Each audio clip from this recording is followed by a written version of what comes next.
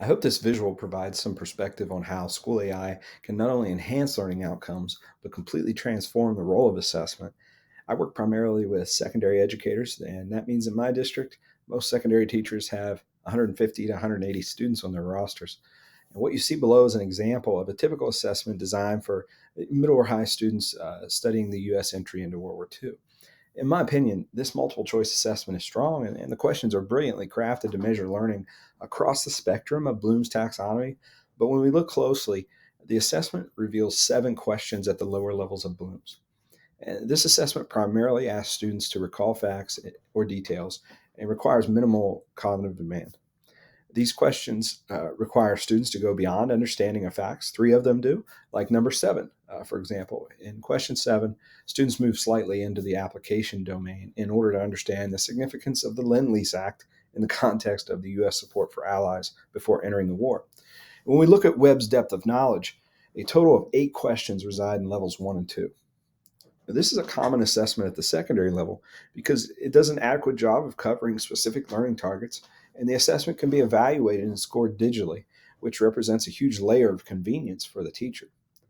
In contrast, I want to show you an assessment from SchoolAI. You'll immediately notice a shift in the question type. And we're no longer bound by multiple choice questions because of the built in feedback. And when we take a closer look at the level of rigor in these questions, we see a shift toward the upper levels of Bloom's taxonomy.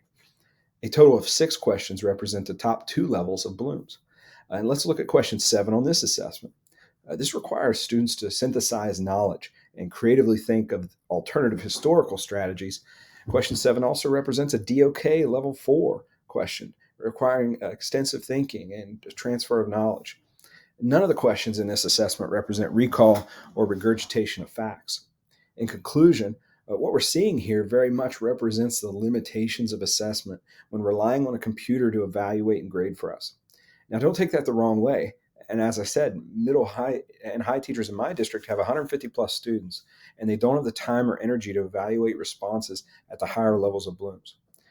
It's not that teachers don't want to engage students at those levels of rigor.